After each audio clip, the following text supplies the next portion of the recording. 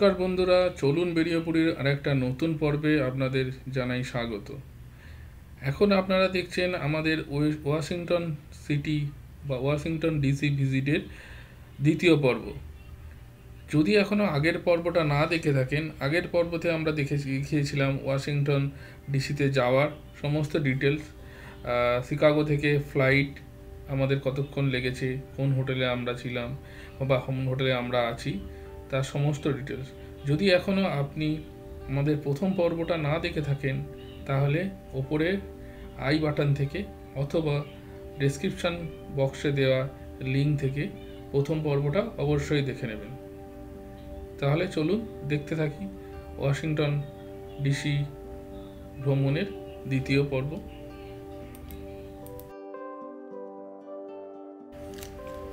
আজ 25শে মে, ঘড়িতে বাজে সকাল 8টা। আমরা বেরিয়ে পড়েছি আমাদের ওয়াশিংটন ডিসি ট্যুরের প্রথম দিনের ট্যুর নিয়ে।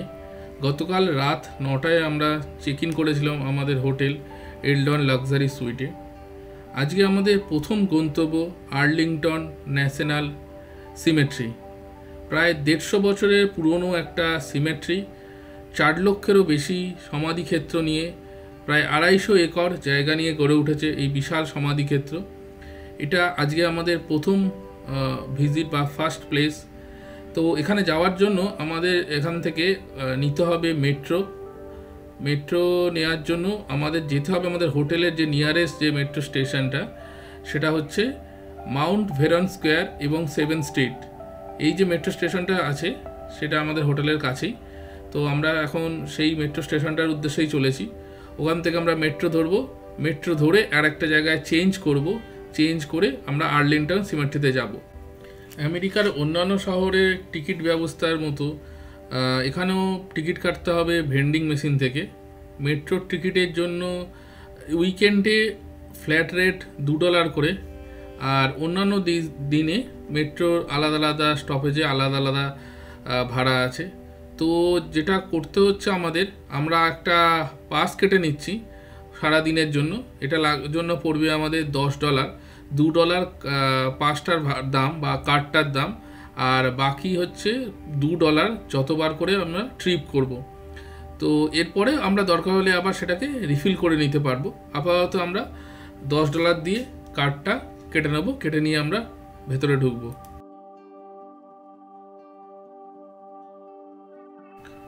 টিকিট বা পাস কেটে নিয়ে আমরা প্ল্যাটফর্মে চলে এলাম। এখান থেকে আমরা ধরবো ইয়েলো লাইন। ওয়াশিংটন ডিসিতে কিন্তু red, green, yellow, orange, silver, blue এই 6 রকমের লাইন বা 6 রকমের মেট্রো আছে। তাই জন্য আপনাকে আগে থেকে জেনে নিতে হবে যে আপনি আপনার গন্তব্যে যাওয়ার জন্য বা আপনি যেখান থেকে শুরু করছেন যাত্রা, সেখান থেকে যেখানে যেতে চাইবেন তার মধ্যে কোন কোন লাইন চেঞ্জ করে যেতে হবে। মোটামুটি সব লাইনের ট্রেনকে কোথাও না কোথাও গিয়ে কানেক্ট করছে, তবে তার জন্য ম্যাপ অথবা ইনফরমেশন ডেস্ক থেকে জেনে নেওয়ার দরকার। আমাদের প্রথমে মাউন্ট ভেরন স্কোয়ার থেকে আমরা ইয়েলো লাইনের ট্রেন নেব। ইয়েলো লাইনের ট্রেন নিয়ে আমরা এলিফ্যান্ট প্লাজায় নামবো। সেখান থেকে আমাদের ব্লু লাইনের ট্রেন ধরতে হবে। ব্লু লাইনের ট্রেন আমাদের নিয়ে যাবে আর্লিংটন সিমেট্রিতে।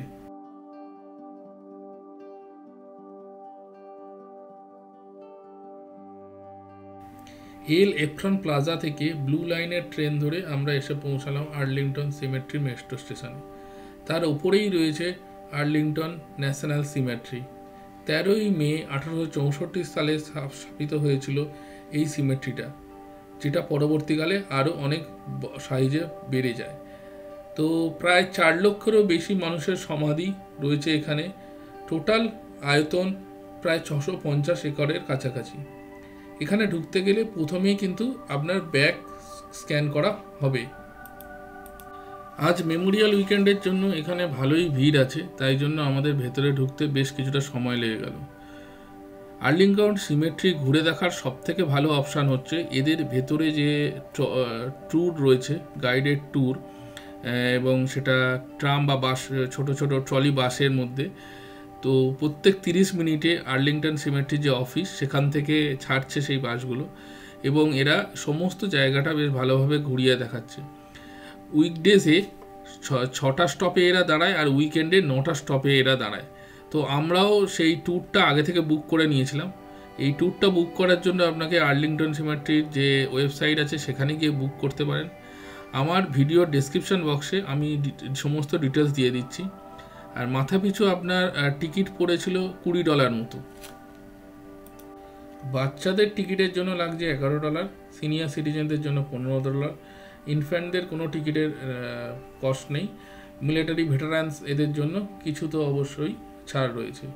প্রত্যেক 30 মিনিটেই ট্যুরটা শুরু হচ্ছে সকাল 8:30 থেকে বিকেল 4টে পর্যন্ত। আপনি টিকিট কাটলে যখন যে কোনো সময় আপনি এই ট্যুরটা নিতে পারেন এই টাইমের মধ্যে সেই দিনের জন্য। আর বছরে 363 দিন এই ট্যুরটা চলে। ভেটারান্স ডে, মেমোরিয়াল ডের জন্য ট্যুরটার কিছু স্পেশাল টাইমিংস আছে, সেটা আলাদা। সাদা সাদা সমাধিক্ষেত্রের মধ্যে দিয়ে যখন ট্যুর ক্যাবটা চলতে থাকবে তখন আপনার গুসবাম্প বা গায়ে কাঁটা দেবে অতি অবশ্যই। এখানে শুয়ে আছে আমেরিকার সেই সব বীর সন্তানেরা যারা আমেরিকার হয়ে যুদ্ধক্ষেত্রে গিয়ে নিজেদের প্রাণ বলিদান দিয়েছেন বা শহীদ হয়েছেন। বিভিন্ন বড় কর্নেল, মেজর, বিভিন্ন যুদ্ধের সৈনিক, সৈন্য সামন্তরা।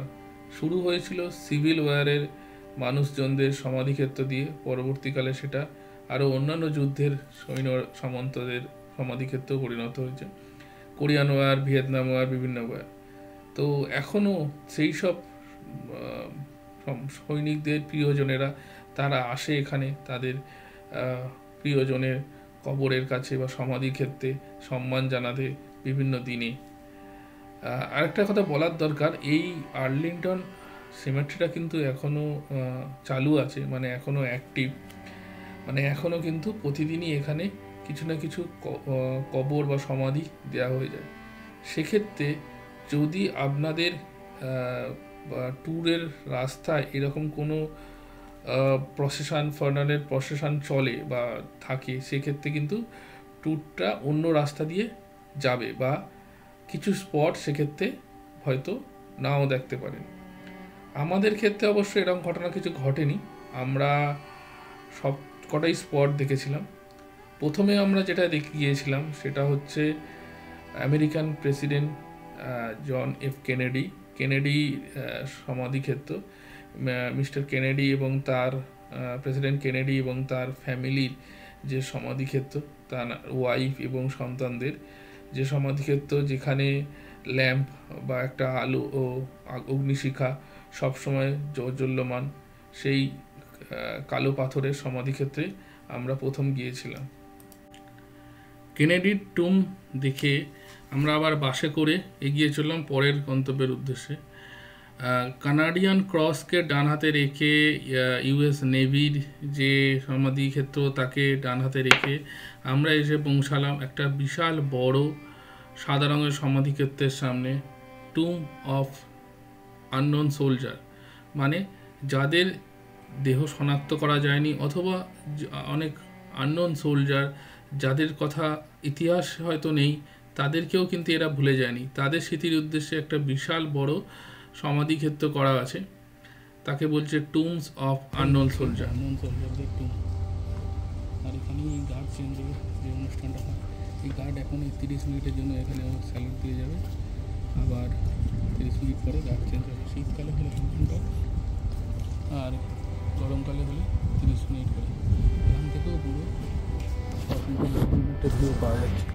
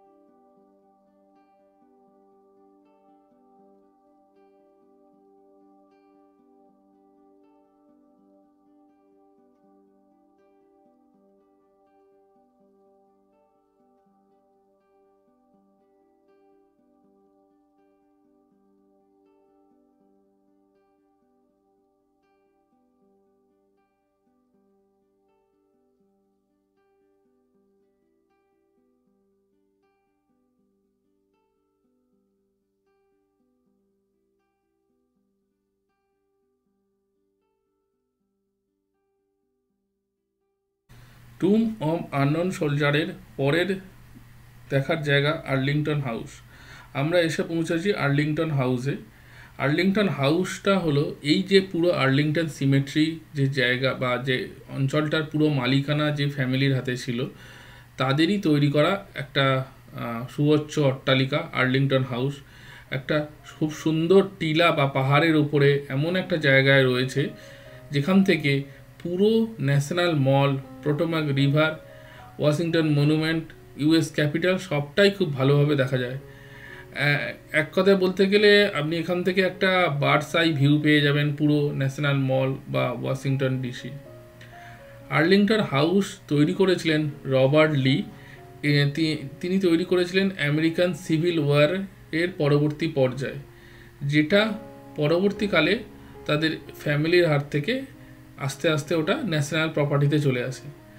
আর্লিংটন এই হাউসটার কিন্তু 3টে অংশ রয়েছে, একটা মাঝের অংশ বা সবথেকে বড় অংশ, আর পিছনে দুটো ছোট ছোট, ডান দিকে বাঁ দিকে দুটো ছোট ছোট কোয়ার্টার রয়েছে।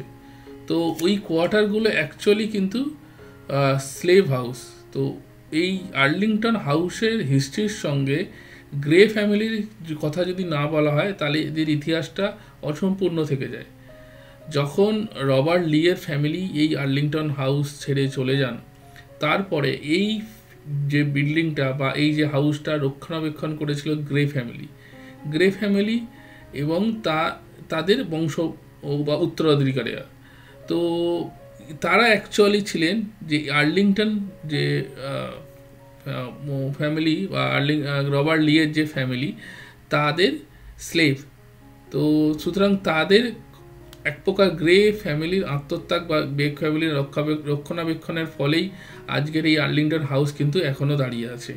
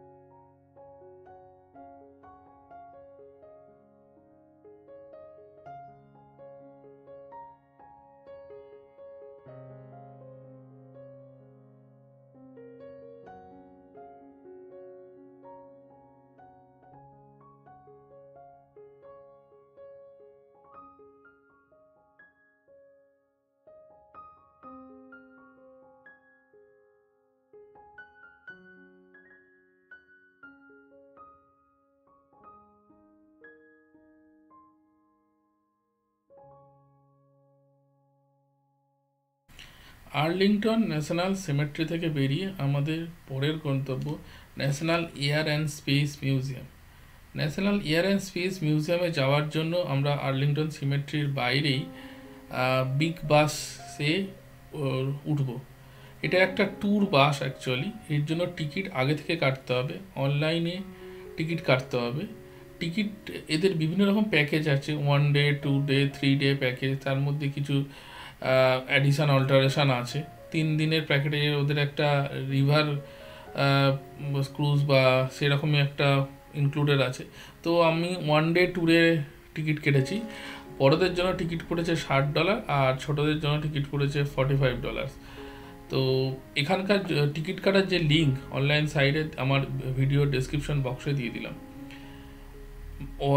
তো বিগ বাসের যেটা সুবিধা হলো, ওয়াশিংটন ডিসির ক্ষেত্রে, আমেরিকার বিভিন্ন শহরেই বিগ বাস আছে, ওয়াশিংটন ডিসির ক্ষেত্রে এরা সমস্ত মেমোরিয়াল বা যে মনুমেন্টগুলো আছে তার সব থেকে কাছে যে স্টপ বা সব থেকে কাছে ওরা চলে যাচ্ছে এই বিগ বাসের স্টপগুলো। তার জন্য আপনাকে খুবই কম হাঁটতে হচ্ছে। যদি বিগ বাসের আরও কিছু সুবিধে, বিগ বাসে ওঠার সঙ্গে সঙ্গেই আপনাকে একটা হেডফোন দিয়ে দেওয়া হবে। বিগ বাসে 5টা ভাষায় সবসময় একটা লাইভ কমেন্ট্রি চলছে। আপনার সিটের সঙ্গে একটা সুইচ করা আছে, সেখানে আপনি ল্যাঙ্গুয়েজ চুজ করে নিতে পারেন। তো কোথা দিয়ে বাসটা যাচ্ছে, নেক্সট স্টপেজ কী, সমস্তটাই ওরা বলতে চাইবে।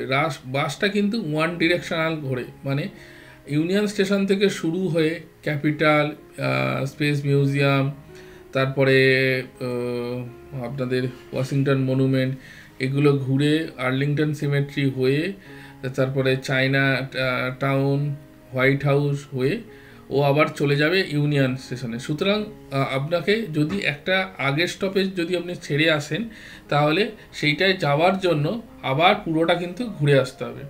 যাই হোক, আমরা উঠেছিলাম 12 নম্বর স্টপেজ আর্লিংটন সিমেট্রি থেকে। আমাদের যেতে হবে 3 নম্বর স্টপেজে, যেটা হচ্ছে national Air and Space museum. তাই জন্য আমাদের আপাতত বাসেই কিছুক্ষণ যেতে হবে।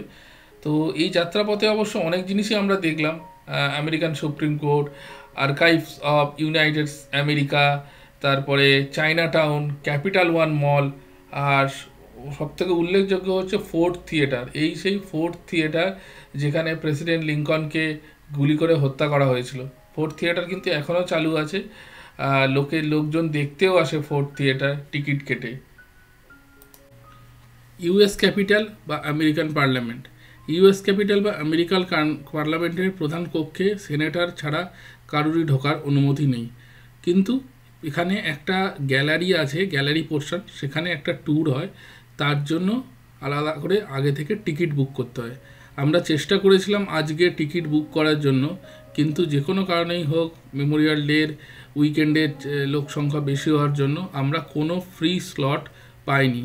তাই জন্য আমরা ইউএস ক্যাপিটালটা ভেতরে ঢুকতে পারবো না। আমরা ইউএস ক্যাপিটালটা বাইরে থেকেই দেখে চলে যাব আমাদের নেক্সট স্টপ, যেটা National Air and Space Museum. Big Bus stoppage number 3, National Air and Space Museum অথবা Smithsonian Institute of Air and Space Museum. আমরা এসে গেছি এয়ার অ্যান্ড স্পেস মিউজিয়ামের ভেতরে। এয়ার অ্যান্ড স্পেস মিউজিয়ামে ঢুকতে গেলে কিন্তু কোনো টিকিটের টাকা লাগে না, কিন্তু আপনাকে টিকিটটা আগে থেকে বুক করে আসতে হবে। বুক করার জন্য অবশ্যই অনলাইনে করতে হবে। অনলাইনে বুক করার যে লিঙ্কটা, সেটা আমার ভিডিওর ডেসক্রিপশন বক্সে আপনি পেয়ে যাবেন। 1976 সালে এই বিল্ডিংটা তৈরি হয়েছিল, বা এই এখনকার যে মিউজিয়াম বিল্ডিং আমরা দেখছেন সেটা এখানে তৈরি হয়েছিল। তবে এই মিউজিয়ামটা শুরু হয়েছিল কিন্তু ন্যাশনাল এয়ার মিউজিয়াম নামে 1946 সালে। উইকিপিডিয়া বলছে 2023 সালে এখানে 3.1 মিলিয়ন ভিজিটার এসেছিলেন। এটা হচ্ছে ইউএসের 4th মোস্ট ভিজিটেড প্লেস, আর সারা ওয়ার্ল্ডের হিসেবে যদি দেখা যায় 11th মোস্ট ভিজিটেড প্লেস। যুক্তরাষ্ট্রের অ্যাভিয়েশন এবং স্পেসশিপের ইতিহাসের সম্বন্ধে জানতে গেলে ন্যাশনাল এয়ার অ্যান্ড স্পেস মিউজিয়ামের কোনো বিকল্প নেই। শুরু হচ্ছে রাইট ভ্রাতৃদ্বয়ের সেই বিখ্যাত বিমান দিয়ে, যেটা নাকি প্রথম মানুষকে নিয়ে উড়েছিল আকাশে। তারপরে রাইট ভ্রাতৃদ্বয় বা রাইট ব্রাদার্সের সেই প্লেন থেকে শুরু করে আধুনিক যুগের বোয়িং থেকে শুরু করে সমস্ত কিছু যে স্পেসশিপ তৈরি হয়েছে, যেটা ফার্স্ট প্রাইভেট স্পেসশিপ সাধারণ মানুষকে নিয়ে গিয়েছিল অ্যাস্ট্রোনটদের ছাড়া, সেটা পর্যন্ত ওখানে আছে। আর সবথেকে আশ্চর্যের এবং সবথেকে বিখ্যাত যেটা হলো, সেগুলো হচ্ছে অ্যাপোলো মিশনের বা যে চন্দ্রযান হয়েছিল, সেই চন্দ্রযান অ্যাপোলো মিশনের বিভিন্ন অংশ। বিখ্যাত অংশের মধ্যে রয়েছে অ্যাপোলো লুনার স্পেস স্যুট, যেটা প্রথমেই একদম ঢুকতেই দেখতে পাবেন যে আছে অ্যাপোলো লুনার সেই মডিউল, যেটা নীল আর্মস্ট্রং, এডউইন অলড্রিন আর মাইকেল কলিন্সকে নিয়ে যে অংশটা চাঁদের মাটিতে অবতরণ করেছিল, সেই অংশটা। মার্কিউরি মিশনের বিভিন্ন অংশ আছে, বিভিন্ন রকম মিসাইলের অংশ বিশেষ। কিন্তু ইন্টারেস্টিং ব্যাপার হলো, এগুলো সবই কিন্তু অ্যাকচুয়াল জিনিসটা এনেই রাখা আছে। এগুলো কিন্তু কোনো রেপ্লিকা নয়। নর্মাল যে মিউজিয়ামগুলো আমরা দেখি সেখানে রেপ্লিকা করা আছে, কিন্তু এখানে অ্যাকচুয়ালি যে জিনিসগুলো ব্যবহার হয়েছিল সেগুলোই আছে। চাঁদের মাটিতে যখন নীল আর্মস্ট্রং অ্যান্ড আমাদের এডউইন অলড্রিন গিয়েছিলেন, তখন যে জুতো পরে তারা চাঁদের মাটিতে হেঁটেছিলেন, সেই জুতো থেকে সমস্ত কিছু জিনিসই এখানে খুবই সুন্দরভাবে রাখা আছে।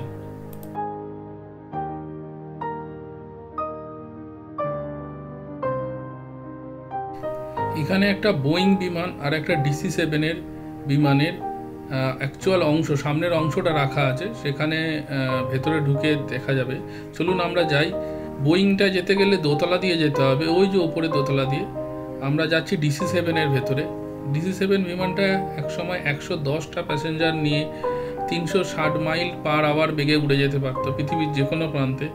এটাই প্রথম আধুনিক প্যাসেঞ্জার বিমান হিসাবে স্বীকৃতি পেয়েছিল, যদিও এখন আর নেই এই মডেলটা, রিটায়ার করে গেছে। বাট এখানে একটা সামনের অংশটার কিছুটা পোর্শন এখনও রাখা আছে দেখার জন্য।